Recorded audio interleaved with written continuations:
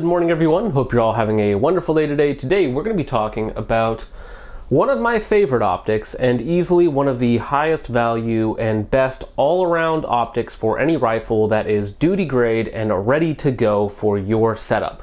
Before we do that, if you want to help out the channel in any way, you can like, share, and subscribe. I also have a subscribe star page, which is basically like a pro to a Patreon. So you subscribe there and you get a bunch of extra content and you get entered in every month's giveaway. On top of that, I have my own company and we make AR500 steel plates for target shooting, for pistols, rifles, or anything in between. And you can check that out in the link in the description.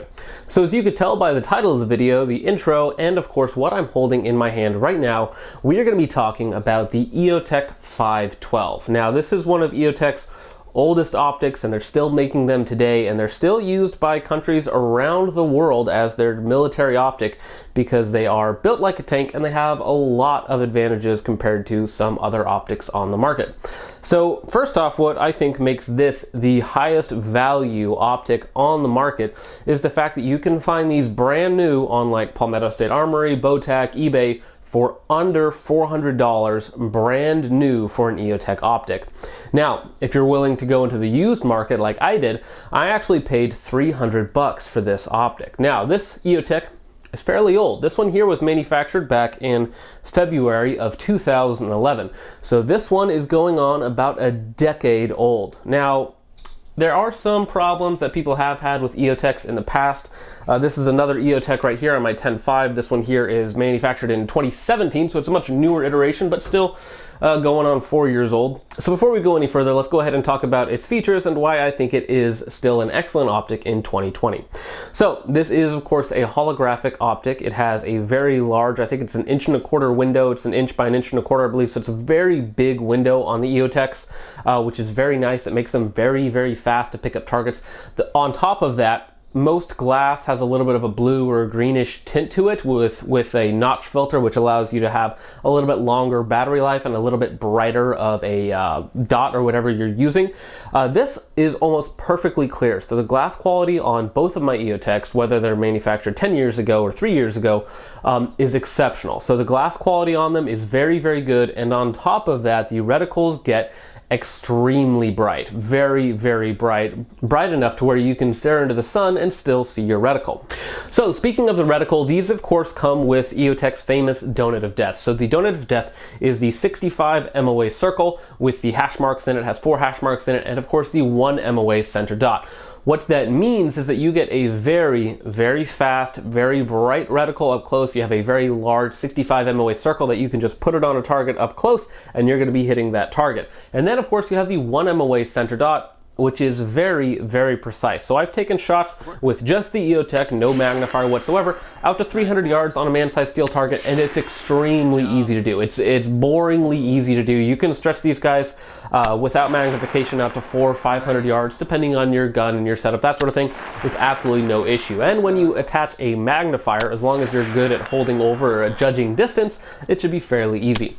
Now, something else to mention on the reticle itself is that it does also have a range finding feature, because of course 65 MOA is about the average male at 100 yards. So if it fills up the whole donut, they're at 100 yards. If it only fills up from the dot to the bottom line, they're at about 200 yards, and then half of that is 400 yards. And so you can kind of get an idea how far away your target is as long as you know the size of your target. So it is a very useful reticle. It's extremely fast. It's extremely precise as well with that 1 MOA center dot, and it also has a range finding feature, all while keeping it very, very simple, so the average user just sees a very fast circle and a 1 MOA center dot. Moving down from the glass in the back, we have our only 2 controls, and they are of course a up arrow and a down arrow, and they're fairly self-explanatory.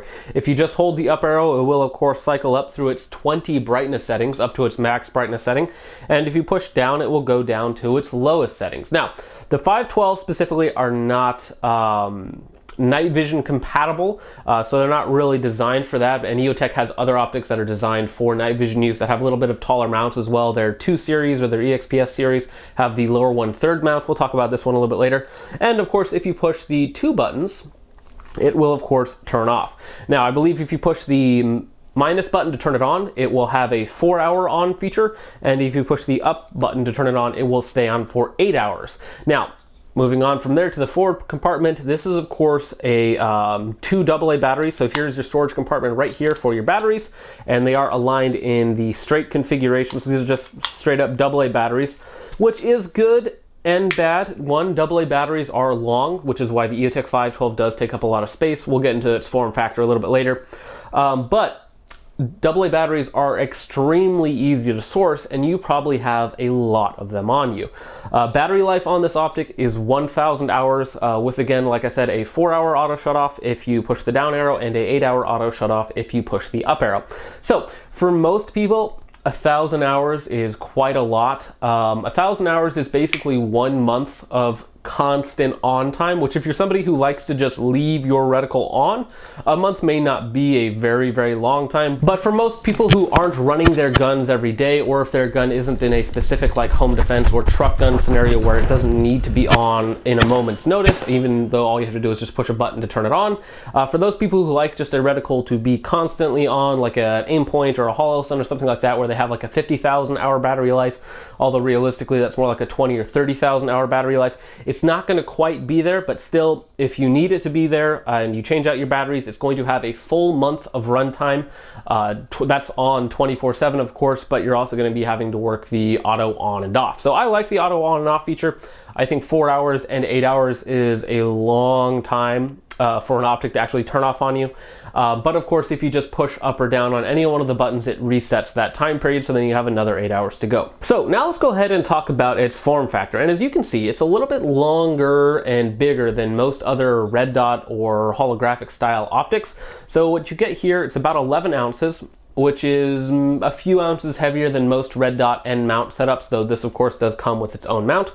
And it's about 5 inches long, which is again about twice as long as your average red dot setup. So it can take up a little bit more rail space than some of your other optics.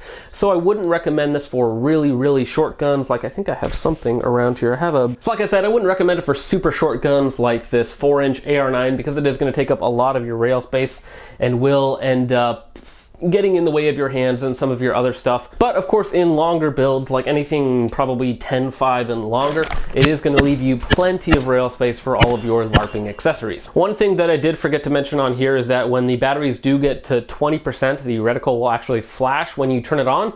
And again, 20% sounds like it's low, but that's still 200 hours of use, which is about, 8 days of constant use. So when it gets low, the reticle will let you know that it is at 20% battery, and so you will just need to swap them out. I'm actually using rechargeable, so I'm probably getting a little bit less than 1,000 hours of battery life. But again, I've had this for 6 months at this point and put about 4,000 or 5,000 rounds through this optic alone, and have not had to switch out the batteries at all.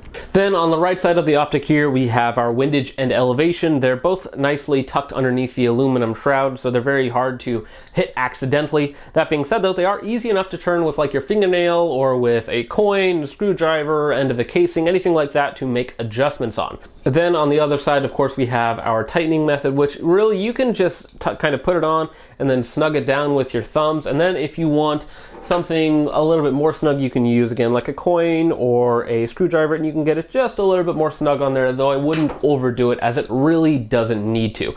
The mount on here is of course built into the bottom of the optic. It gives you a ton of rail space here. You get about 3.5 inches of contact on the left side here, and then of course it has your actual part that tightens into your rail on the opposite side. Very, very durable, very good in terms of how secure it is to your rail. I've never had this optic shift 0 on me, and that's putting it on 308s, 9mm, and 5.56. Never had any issue with 0 shift whatsoever. Now, the mount height is something that it's not going to be everybody's favorite. It's only 1.5, which is fairly low for more modern shooters. Everybody's going to like a 1.7, a 1.9, or even in some cases above 2 if people are using like night vision and that sort of thing. A 1.5 is still fine though, and you can still get it to work. And most of the time I've had this on ARs, AR-10s, AR-9s, AR-15s. And it's just been a 1.5, and it's been perfectly fine. Now on my other build, which you probably noticed, it's actually sitting on a bit of a riser. So this is actually a UTG riser, which I know is really cheap. It's like 13 bucks, but it actually has extreme amount of contact surface. So you have 3 tightening screws on the right side. It's very, very slim. And you have 3 locking lugs, 3 recoil lugs on the inside of it. So it is extremely strong, probably as strong as the actual mount on the Optic itself. And this is a 1/2 inch riser. So that means this Optic is actually sitting at a 2.0 height. So with this setup right here, I can of course keep my head in a nice upward position and see directly through my very large window. So much louder than ours. Now, for those of you wondering, I didn't actually paint this Optic. This is actually the way it came, so then I decided to throw it on this kind of FDE looking thing. This one here was made in 2017, like I mentioned. The only external difference is that the retention method is slightly different looking. It's a little bit shorter in and it's a little bit bigger around, so it gives you a little bit more torque to be able to tension it down. Still has really good knurling on the outside. I still snug them down with like a screwdriver or a coin or something, just a little bit. The other difference is that actually this Optic actually gets brighter on max brightness than my old one did. Where did I just set that? So this Optic actually gets a little bit brighter at max brightness than the old one is. This one here is going on a decade now. This one here still gets plenty bright, plenty daylight bright. You can still look into the sun and still pick up your reticle, but this one here does get brighter. So this one here, when I'm outside in full daylight, I often run it on max brightness because I like it really bright. And this one here, I never run on max brightness because it's far too bright. Other than that, the two 512s look identical, and I haven't had issues with either. And there's a few small differences, and I'm sure there's a couple things I missed, even though they were manufactured 6 years apart. Now, one downside of the Eotech 512 design is kind of in its battery usage and the way they're arranged. So they're arranged in a inline configuration, so they're in line with your gun and in line with your recoil. So I've heard reports of some people with their Eotech 512s, again, I can't confirm this because I've never had it happen to me, even putting these on 308s and shooting very, very quickly with them, is that under heavy recoil, when they're recoiling back and forth, what you'll get is some flickering of your reticle because, of course, those batteries are moving forward and back. And so if they lose contact just a little bit during the peak of recoil, or, you know, when they start to slow down fully and their springs aren't quite strong enough to keep them in place, you can get a little bit of flickering in the reticle. Again, I've only heard that. I've never actually seen it in either of my reticles. Now, I've also heard of reports of these kind of getting destroyed by like scars and things like that, though scars will destroy most optics, so I don't really think that's a huge problem, and I don't own a scar, so I couldn't test it. However, this one here has been through about 500 rounds of a 12.5-inch 308, which is about the most violent gun that I own. Actually, I think it is the most violent gun that I own, both with and without a muzzle brake, which makes it a little bit harder on optics. And again, I have not had any issues, even though this Optic is a decade old, and I bought it from a police officer, and I don't know how many rounds he put through it, and I put probably about 4,000 rounds through it so far. Probably about 2,000 rounds of 9mm, 500 of 308, and then the rest of that is going to be like 5.56 through a 10.5, also 300 blackout, and on my ACR for a lot of 5.56 that I did. It should also be noted that this Optic has been submerged about a dozen times. It's been thrown in the mud, and it's been drop tested 5 or 6 times on multiple guns, and again, never had any issue with it, because the main selling point of this Optic is that, one, it's extremely bright and it's extremely fast. There's basically nothing faster than a holographic reticle, especially one that gets super bright. I really like the reticle design, but the other really big selling point is that these are kind of tanky optics for 99% of applications. Maybe if you own a Scar 17, maybe you don't want to put it on there, but for everybody else, these are exquisitely strong optics, and you're never actually going to break it. They have a very thick aluminum hull that actually protects both your lenses and the rest of the electronics, and you could probably use this thing as a hammer without hurting it. Now, that being said, the other Eotechs do actually have a little bit more of an advantage in certain respects. For instance, they do not have the issue with the inline batteries, though they use different batteries, and some of them actually don't have as good a battery life. For instance, the Eotech 512s have 1,000 hours of battery life. Some of the Eotechs only have 600 hours, and then some of the newest ones have back up to 1,000 hours of battery life. Now, 1,000 hours of battery life, like I said, is perfectly fine for me, but for some people, if you're not smart enough to switch out batteries, it can be an issue. Now, going back to the other Eotech models, they actually do have some advantages, of course. One being that they're a little bit shorter, generally speaking, because they're using a sideways profile battery. They're using one of the, what are they, the CR123As, I believe, on most of them.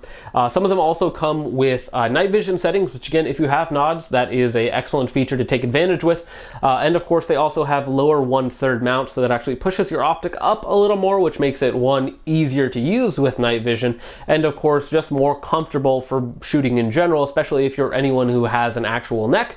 Being able to keep your head in more of a upward position while shooting is just going to be a little more comfortable, especially in over long durations of shooting. That being said, where the Eotech 512 value proposition comes in is, one, of course, AA batteries are extremely easy to source, and I guarantee you almost everyone watching has a ton of them lying around. Also, they are the cheapest Eotech model. Brand new, like I said, if you go to Bowtac or PSA, you should be able to get them for right at $400, or in some cases under $400. And if you're looking on the used market, you should be able to pick them up around $300. And if you're really smart, you should be able to get them under $300 for, again, a tanky optic that is military proven and is going to do an excellent job for you. Now, I know that some original Eotechs had some issues with delaminating on the windows, which I checked both of mine before I bought them, and they were absolutely perfect, even though this one here is, like I said, a decade old.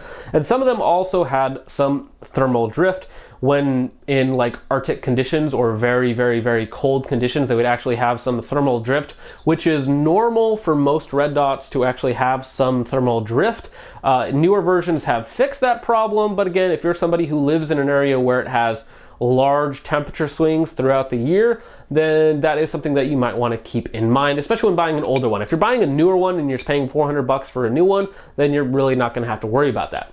Now let's talk about the Eotech 512 versus everybody's favorite range accessory these days, and that is, of course, the low power variable optic. So this is a excellent low power variable optic from Blackhound, which is a very new company. They've been out like a year and a half, actually a little bit less than a year and a half, and this is one of their first scopes. This is the Genesis 1:8 first focal plane optic.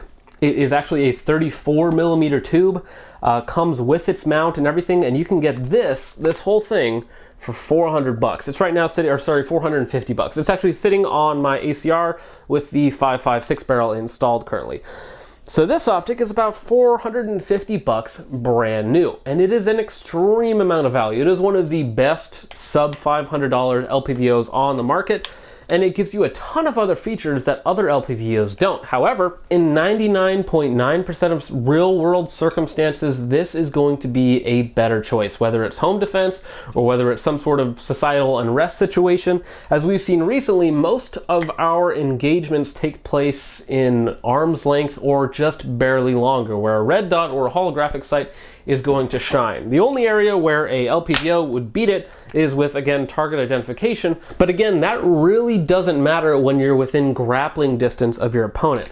Another advantage of the Eotech 512 over every LPVO on the market is that while this might be long for a red dot, it's actually much smaller than LPVOs. For instance, this is about half the length of most LPVOs, and it's also about half the weight. At 11 ounces, I would say a very lightweight LPVO end mount setup is like 22 to 24 ounces complete. This is still going to be less than half of that weight, and most LPVO setups are going to be somewhere in the 28 to 32 ounce range. And then this is going to be nearly a third as heavy as that. So much better up close, still very, very precise if you need to take a shot longer range. Like I said, it's boringly easy to take shots out to 300 yards as long as you have your zero setup and you can actually see your target at that distance. It is very, very easy to hit targets at long range. And of course, you still have that excellent super bright reticle up close that is going to beat every LPVO on the market, no matter how many thousands of dollars you spend on it. So if you're trying to build or to buy a rifle that is truly duty grade, I think that the Eotech 512 is the best option, the highest value option for truly duty grade performance in any environment that you can throw at it. And I think I will be doing that fairly soon. I'll be doing a build series on a truly duty grade rifle for the lowest amount of money. So the highest performance, the highest grade parts that I can find for the best possible price. It won't be something like this. It will probably either be a 16-inch rifle or a 14.5 or a 13.7 pinned and weld, something in that range, but I will be doing a build series on that soon and kind of getting that to you guys, hopefully for around the $1,500 price tag, all included for all of the parts. One thing before I end the video, I do want to mention that this rail was actually powder coated by a guy for me down in Texas. He reached out to me and offered to do it to me for free. So I said, what the heck? So he powder coated it this burnt bronze kind of color, and I'll leave a link to his Instagram down in the description. So if you want something powder coated, you can reach out to him and he'll set you up. So that's pretty much it for the video, guys. Thank you so much for watching. Like I said in the beginning, if you want to help out the channel in any way, you can look at any of the links down in the description. All that sort of stuff helps me out. And let me know what you guys think of the Eotech 512, and if you think there is actually a better duty grade optic for the money. And again, I'm going for about $400 or less for a brand new one, or about 300 bucks on the used market. So, like I said, that's pretty much it for the video, guys. Thank you guys again for watching, and I will see you guys in the next one. Peace off. Oh, this guy's heavy. Let's go. Let's go. All right, here. Better get on the first try.